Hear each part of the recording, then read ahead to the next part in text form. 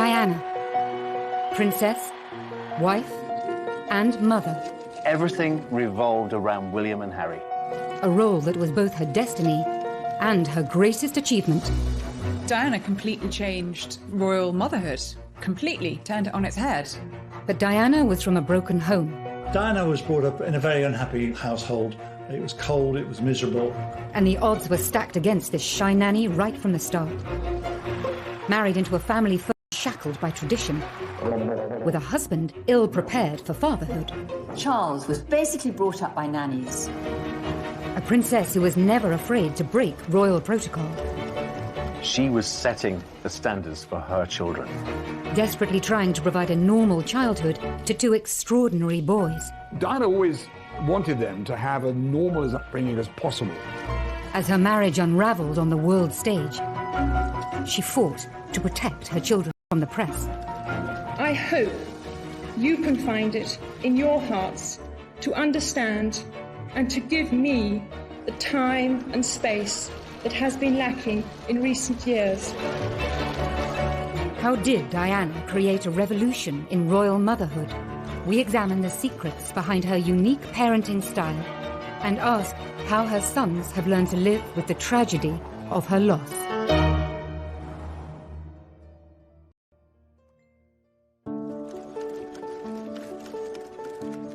She adored her boys. She'd come in the door and she'd say, "Where are my boys? What are my boys doing?" Princes William and Harry were the centre of their mother's world. Her approach to motherhood was completely different to anything we'd ever seen before. She put motherhood first and foremost. Motherhood for Diana was her principal purpose on earth. I mean, she considered raising William and Harry as her number one task. Being the Princess of Wales was a secondary option. Today, her boys have followed in their mother's footsteps, becoming devoted, hands-on parents. Diana was an earth mother, really. And from the start, she was determined to keep them as close as she possibly could to her. And she wanted to show that they were loved. I mean, she said, "I'm going to shower them with love and cuddles and hugs," because I didn't get that when I was a child. But the devotion that Diana displayed to William and Harry was in stark contrast to her own childhood. Diana felt, age 6, that she was unloved and unwanted. And those are feelings that she took into her adult life, and feelings that I think never left her. Diana was from a very aristocratic family, the Spencers, but her parents hearing her mother crunching across the gravel outside their home, getting into her car and driving out of her life. She was profoundly affected by that memory. She wanted to ensure that she and Charles gave William and Harry the kind of upbringing that she felt she was deprived of by not having a mother around for such a large chunk of her life. She herself had not felt loved in the very peculiar circumstances in which she was brought up, with Rain Spencer, the new wife of Earl Spencer, whom she described as acid rain, and a whole lot of nannies who were very unsympathetic. Diana's late teenage years followed the path of many girls of her social status and background. Diana was a quintessential Sloane Ranger, the kind of girls who wore flat shoes and long skirts. They came from a certain class and had a certain style, and she was a perfect example of that. It was no surprise that one of Diana's first jobs was working as a nanny for an American family in London. I think girls like Diana are programmed to become mothers. She went to a boarding school that was not particularly academic. Girls were not expected to have great careers. I don't think she was at the forefront of the feminist movement. By 1980, she had her first full-time job as a nursery teacher's assistant in Pimlico.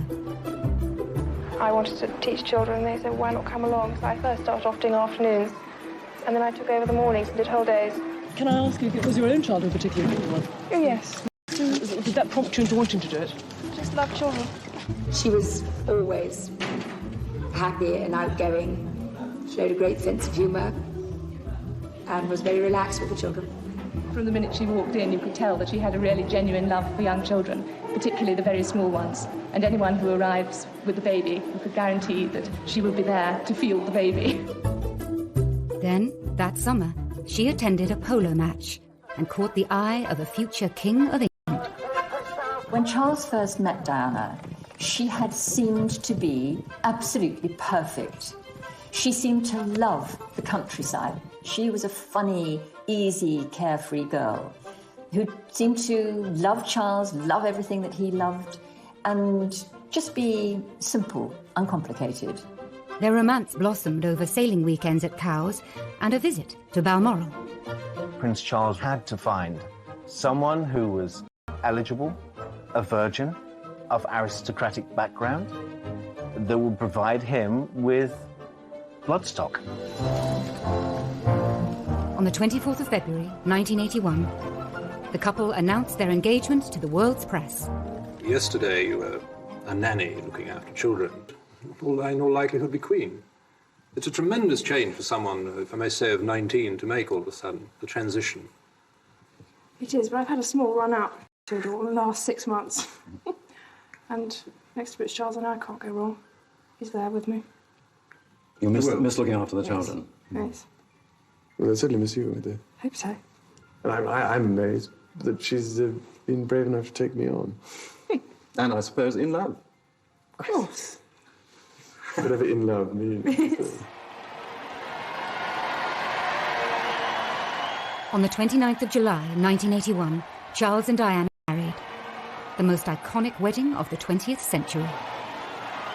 Prince Charles and his bride, the new Princess of Wales, acknowledged the roars of delight from the huge crowds from the balcony of Buckingham Palace. When I asked Diana about the wedding, she told me that she felt that she was a sacrificial virgin lamb, sacrificed on the altar of monarchy. Her prince in shining armour did arrive and carry her off, but not to a fairy tale. Really, she became a broodmare. Just over 3 months later, Diana was officially pregnant. The princess was for once rather coy with the photographers. Your Royal Highnesses are to be blessed with a child. As soon as Diana became pregnant, she really did come into her own because she always wanted to be a mother. And as soon as her baby arrived, that was it. She was setting the standards for her children. The arrival of Diana's first child would breach royal protocol for direct heirs to the throne.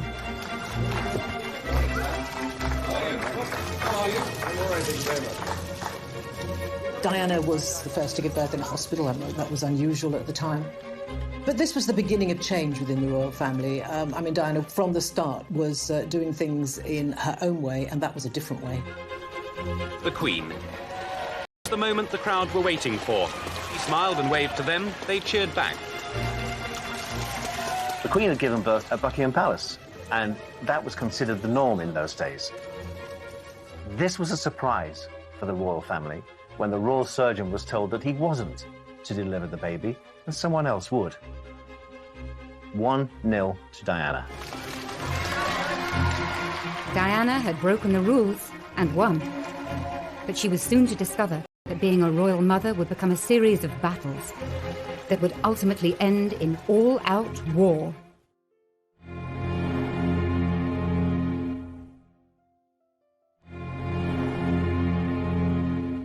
On the night of the 21st of June, 1982, Buckingham Palace announced that Princess Diana had given birth to a boy. News teams sent to Prince Charles's country estate were ordered to capture ecstatic local celebrations. In Gloucestershire, children celebrated in their way. Dear Princess Diana and Prince Charles, congratulations on the birth of your new baby. Her number one job was to produce an heir to the throne, and if possible, a boy. And that's precisely what she did. They were both very, very happy when their son was born. You know, that was a real boost. Charles could not have been happier. Charles and Diana's new baby was now second in line to the throne. They have been singing Well Done, Charlie, let's have another one. On the programme of events. Bloody hell, give us a chance. Have you thought of a name yet, sir? Have you thought of a name yet? Yeah, we thought of one or two. Is the princess well? Any bit of an argument about it.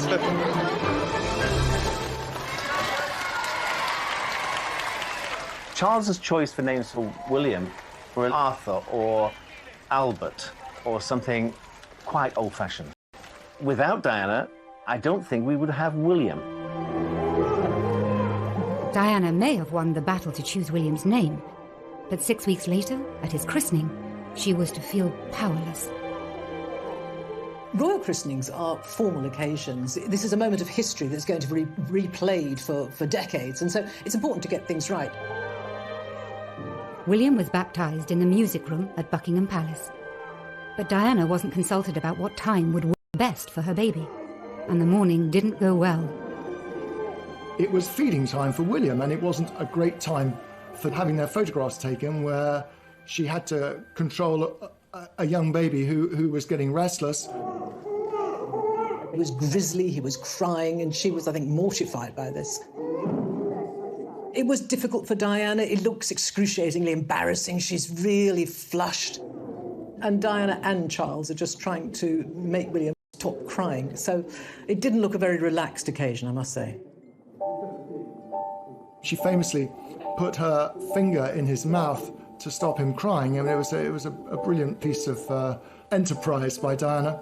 But yes, later she claimed that she felt sort of an extra from that whole scene, that it was much more about the royal family and presenting an image to the world than the welfare of William. In her eyes, the royals put duty first and childcare second.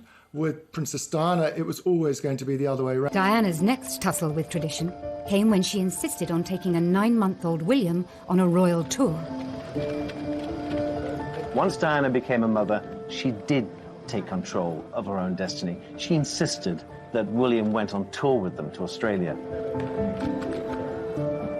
Diana caused a huge sensation in Australia when she and Charles went there, taking William for their first official tour. William was just beginning to crawl, so he was about 9 months old. Diana completely changed royal motherhood, completely turned it on its head.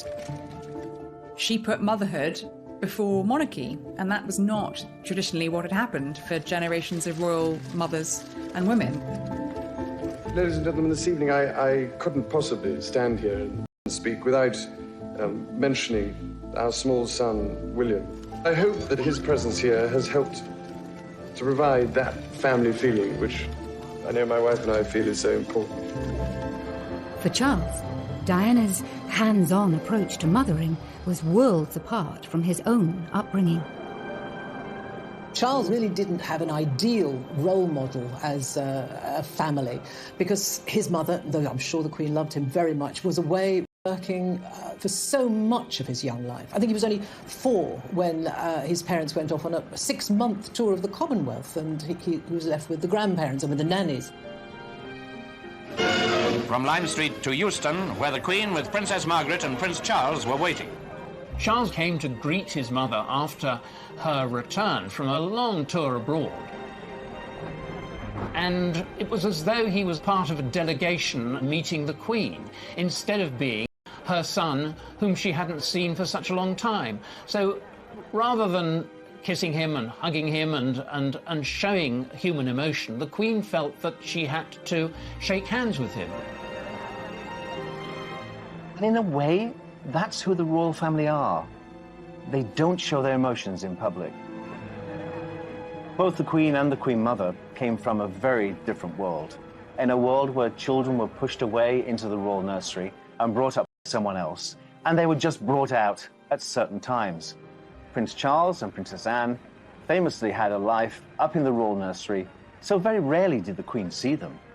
They'd be brought down at tea time. A tartan rug will be spread on the floor with a few toys, and children are placed very nicely so that Granny can have 5 minutes with them. Diana broke the royal mould in the sense that she dispensed, to some extent, with the whole nanny state. She tucked them up. She was the very model of a modern mummy. Prince of Wales decided to provoke some action, first with a handkerchief and assorted noises.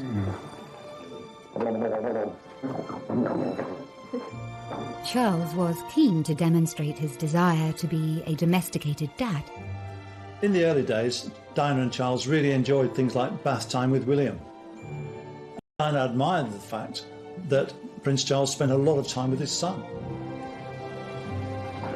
Charles understood the need to love. He did love. He understood the need to be secure. But again, I just don't think he didn't have the role models. Can we get all this Charles especially saying he handled his role? Should we go through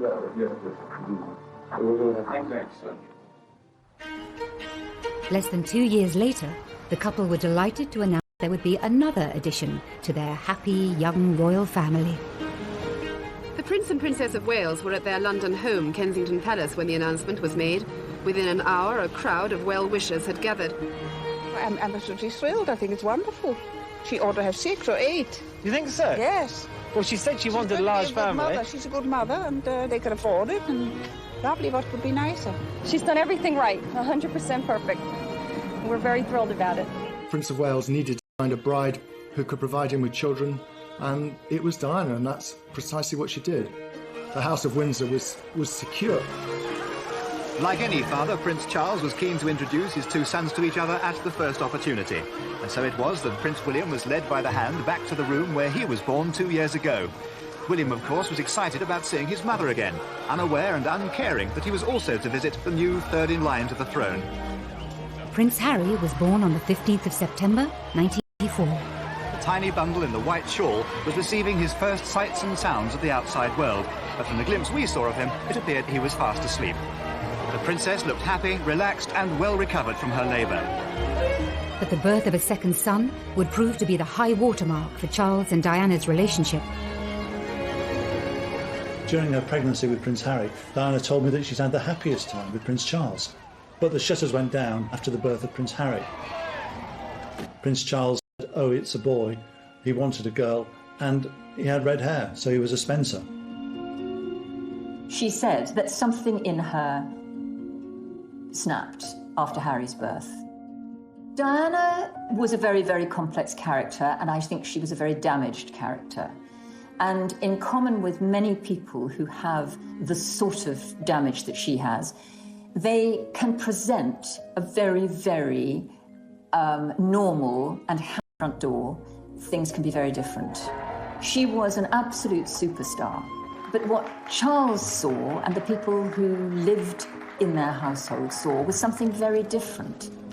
Over the next few years, Diana's deteriorating mental health would coincide with Charles's new affair, with his first love, Camilla Parker Bowles.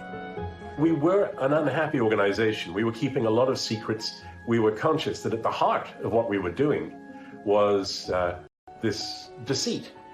And that had a corrosive effect on relations. It had a pretty corrosive effect on the way we delivered the royal engagements that we did. They were all pretty good, but I used to think how much better they could be if the effort we were putting into concealing the truth were actually put into the day-to-day royal business. William and Harry were kept away from the underlying issues within the royal household. Despite the ordinariness, if you like, of the William and Harry's childhood, there were huge numbers of staff. I mean, Diana liked having people to take care of her, as does Charles. So there were nannies and all sorts of aides and assistants who could spirit the children off and entertain them. In those formative years, they were unaware of the difficulties that their parents were going through. And I suppose in that sense, they were quite privileged because there were people like me, the team that I had, the other members of the household staff, that were able to be part of this entertaining group that gave them laughter, certainly. Diana always encouraged her children to call all her staff by their first name. She saw everybody within the household as an integral part of that family. And thus enabled William and Harry not to be distanced from them, not to be sort of completely isolated. They had the completely free roam of the palace. And I think that's a good sign. But by the late 80s, cracks in the marriage were wider than ever.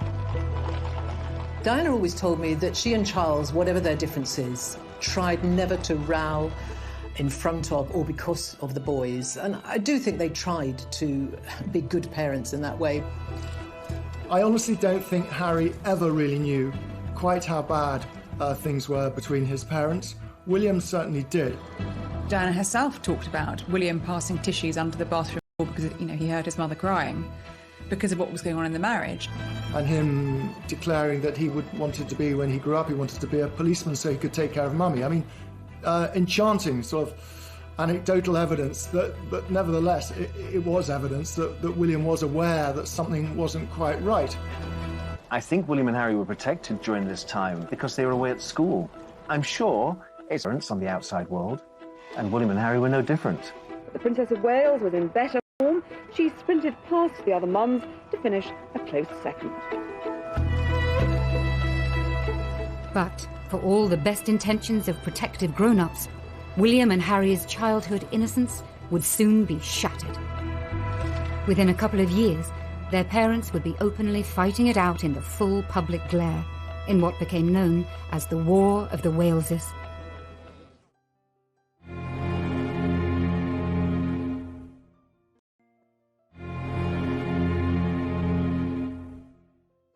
Ladies and gentlemen, His Excellency the President transferred the lady. In 1992, Charles and Diana toured India and Korea. It proved to be a PR disaster. Diana appeared to be reveling in revealing the cracks in her marriage, with missed kisses, isolated photo calls, and moments of misery. In the UK, a series of newspaper stories had created a tabloid feeding frenzy. The scene is now set for a major circulation war between the tabloid newspapers. At the very centre, once again, the private lives of the Prince and Princess of Wales. Now the boys were older, more aware. The breakdown of their parents' marriage could no longer be hidden from them. It was very difficult for William and Harry to have to listen to their parents' marriage disintegrating in public. It must have been a nightmare for them. The Queen was forced to step in, and by the end of the year, the boys' parents decided to formally split. The separation was announced by the then Prime Minister John Major. It was a very defining moment for the entire world to see. It is announced from Buckingham Palace that, with regret, the Prince and Princess of Wales have decided to separate. Their Royal Highnesses have no plans to divorce, and their constitutional positions are unaffected.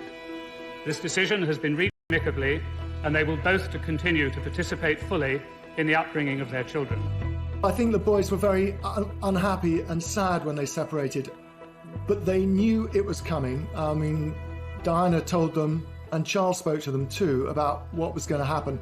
So during the week, the boys would still be in their same bedrooms at Kensington Palace, and every weekend they would then go to Highgrove for the weekend anyway, and that sort of routine carried on.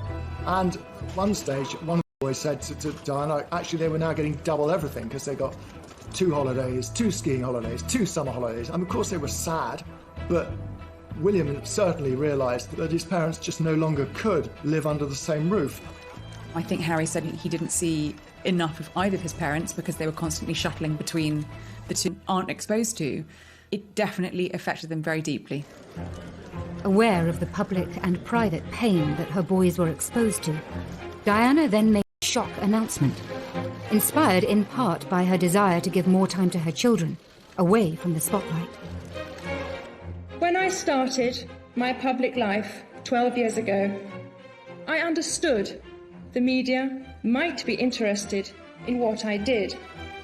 Clearly, Diana had snapped at that point, feeling that the media were intruding on her privacy, but more importantly, on the privacy of her children. But I was not aware of how overwhelming that attention would become, in a manner that's been hard to bear. She felt if she retired from public life, it would give her breathing space. Time to be with William and Harry, time to repair her relationship with them. I hope you can find it in your hearts to understand and to give me the time and space that has been lacking in recent years. Of course, her focus was going to be very much on the boys. I mean, I think she wanted to be around more to perhaps to talk to them, to help them if they wanted it, to discuss their lives. My first priority will continue to be our children, William and Harry, who deserve as much love and care and attention as I am able to give, as well as an appreciation of the tradition into which they were born. A month after her separation from their father, Diana treated William and Harry to a surprise holiday on a remote Caribbean island. We arrived on the island of Nevis, free of the press for 2 days. She was there with 2 friends of hers that had their children. She'd sort of, picked up 2 roaming children within the hotel and said, come and play with my sons. They were the same age group. She became the Pied Piper of Nevis for a while, just gathering in these people for this small plantation inn. I've always said that this holiday with Diana's friends was probably one of the best holidays that she'd actually had. This is a rare glimpse of the real Diana, seen here with 8-year-old Harry, now removed from the restraints of royal protocol and hidden from the gaze of the press. Diana is free to be the fun-loving, hands-on mum. This was a new chapter for Diana as a mother. She and Charles were now modern co-parents, sharing the duty of raising their sons. They got very used very quickly to devoted to their father as they were to their mother. I mean, Charles gave them wonderful holidays. They loved being with the rest of the royal family and doing all those things they did. Now that she was on her own, Diana sometimes treated William and Harry more like confidants than sons. She treated them as equals. And in many ways, they were adults before they should have been. Because of the trauma they've been through in their lifetime, they grew up very quickly. Diana was a very, very loving mother. There is no doubt about that. But I do think that she perhaps shared too much of her personal problems with them. They were children, and I think it's very difficult for a child to see a parent's raw emotions. William once very shrewdly observed about being with Diana that there's always a crisis with mummy and things are much calmer with papa. Yet there was one area of her life that Diana was determined to keep private from her sons. I think Diana would have trodden very carefully when she was introducing new men into the boys' lives. I think that was always uppermost in her mind. And I think many of her relationships were secret. She tended to conduct these relationships when the boys were away at school. She was very conscious that it would be difficult for William and Harry if there was a strange man around the house. And that actually didn't happen very often. 1 or 2 called in when the boys were there, but she treated it in a fairly light-hearted way, and the children didn't get confused by it. But when a new woman came into her sons' lives, Diana was anything but light-hearted. In 1993, Charles hired Tiggy Legg Burke as a nanny to the boys. The relationship between former royal nanny Alexandra Legg Burke, or Tiggy as she's better known, and the Princess of Wales has been the source of much speculation ever since she first appeared in royal circles.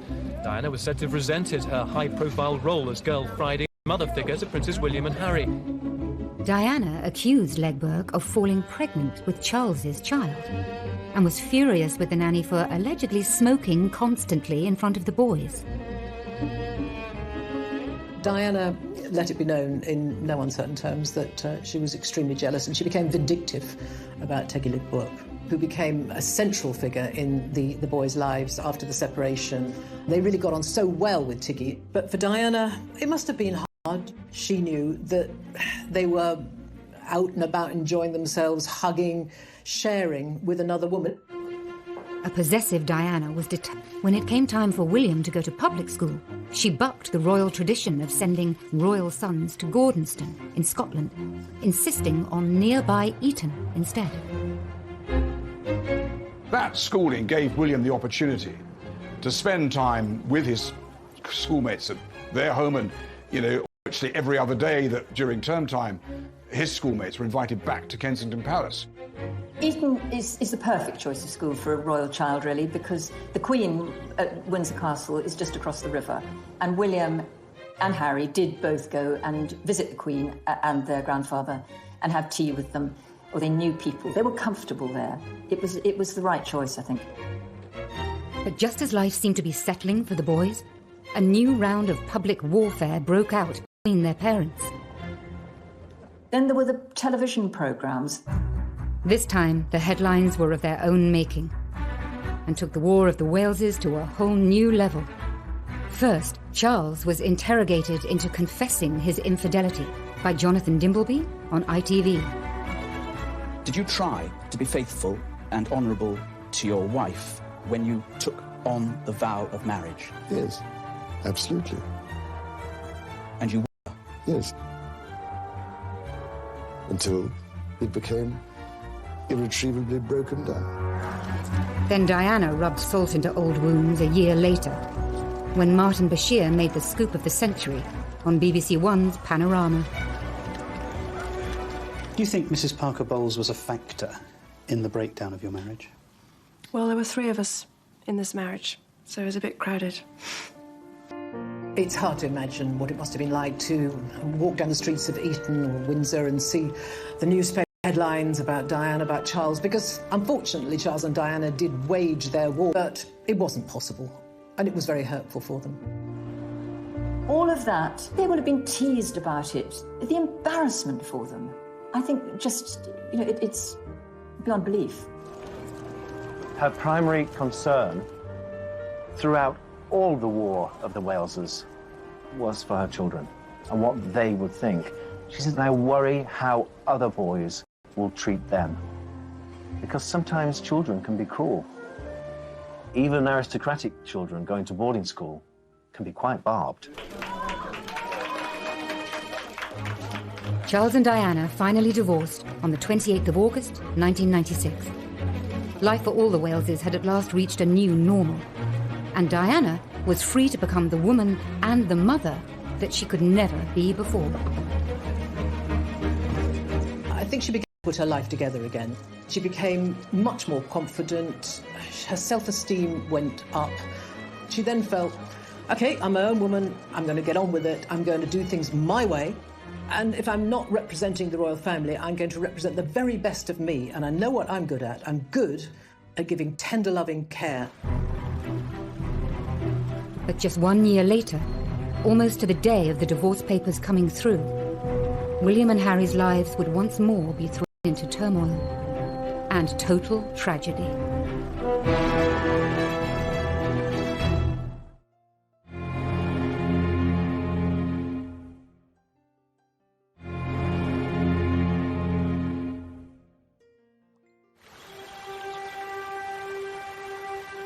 On the 30th of August, 1997, a 15-year-old William and a 12-year-old Harry were enjoying the annual summer break with their father at Balmoral.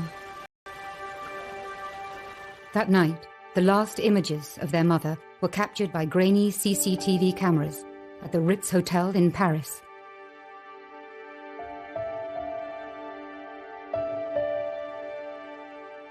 Imagine what it's like being a fairly young boy and your mother dies very, very suddenly, very, very dramatically. You are in one part of the world, up in Scotland. I think both of them felt it was really strange that literally millions and millions and millions of people around the world were commentating and expressing their view on what they should be feeling and how they should be reacting to that. I don't think this public spectacle of 2 hugely damaged, hurting young boys walking behind their mother's coffin, I don't think it helped anyone. I cannot think that she wanted her boys to go through. From boys, one inspired by duty, who knew it was his duty to walk behind his mother's coffin, and the other, not. Harry never wanted to walk behind his mother's coffin. Not until the very last minute did he feel that pang of guilt that he should, and support his brother. And that's why he was there, to walk with his brother. I've heard them both at different points talk about how strange they found it, that they were surrounded by all these people, and these people were sort of behaving as though she was part of them, but actually she wasn't. William and Harry were being expected to behave in a certain way, and indeed behaving in that way. The boys had lost their mother, but their mother's love for them and their ability to show love lives on. First day I met him, he just came running up and chucked a ball at me. He was third youngest or something, and no father, no mother. Really sweet. Diana's legacy is in every single bit of everything that William and Harry do. I don't think you can underestimate that. Every time I've spoken to Harry, he thinks about what his mother would have thought of what he was doing. And he's spoken about wanting to, make her proud and hoping that she would feel proud with a lot of the work he's done. I think it's fairly obvious to everybody across the world the key issues are. They're certainly not political issues, they're humanitarian issues, and they're ones that need to be talked about, because if we talk about it, then we'll hopefully be able to fix it before it becomes a complete disaster. And the same with William. I think people talk about, gosh, aren't they just their mother's boys? But they are, consciously. The more we talk about mental health, the more normal the topic becomes, and the more we feel able to open up and seek support. Parenting, it comes in all sorts of shapes and sizes, and children survive all sorts of experiences as long as they have love. As long as a child feels secure and loved in its first 18 months of life, then it can withstand just about anything. And if ever there was proof of that, then I think it would be William and Harry. They've been through some terrible things, but they have survived, and I think they had, indisputably, an absolute bedrock of love and security when they were small. They're not completely stiffly formal. They're sort of natural and easy. Diana opened their minds and their eyes in so many ways. It's given them a very inquiring nature, and it's made them very relatable. People really enjoy meeting them and admire them hugely, largely because of what Diana provided for them. And when he walked through the minefields, I was so proud of him. That little boy paying homage to the path which she trod, will he carry on his mother's work in a more subtle way? He's approaching homeless, HIV and AIDS at the boardroom level. I feel very closely linked to Centre Point. It is a charity with which both my mother and father became passionately involved. Indeed, it was while my mother was patron that Harry and I had our first contact with Centre Point. Prince William is far more Hanoverian than Prince Harry. He's shown himself to be wiser and been prepared to accept what's happened and moved on. And I don't think that Prince Harry has really moved on from the traumas that he's faced in his life. You see in William, sometimes the way he will sit and listen to people in a meeting or a conversation or an event. And it's literally like looking at Diana. Reflections of Diana can even be seen in her son's different choice of wife. Diana knew what William's future held. She knew that she was preparing him to be king one day. Kate is the most perfect support and consort for a king. So I think she would be very pleased with Kate. The one thing she did say, certainly to William, was about the woman he married should first and foremost be a friend. Why did she say that? Well, she felt that she never got to know the Prince of Wales. Harry is a much freer personality with a freer life ahead of him, and Meghan is perfect for that. Diana always said from a very early age there was a very rebellious streak in her, very independent, very feminist. There are parallels, obviously, between the way Diana decided that the media attention, the way of life was too much for her, and the way Harry and Meghan have chosen to quit as senior members of the royal family, even more dramatic. And I think that Harry is replicating his mother's footsteps there and saying that it isn't the way of life for me. I think Meghan is the one who has possibly taken an objective view and given Harry a way out that he was looking for before Meghan, but hadn't conceived possible. Now, both princes have children of their own. As parents, they seem to be very aware of the psychology behind their upbringing. Prince Harry can't get let go of Archie. He seems to be besotted. It's ironic, isn't it, that Princess Diana, who had a troubled childhood, and Prince Charles, who's complained of distant parenting, have brought up two kids, William and Harry, who are both triumphs of parenting.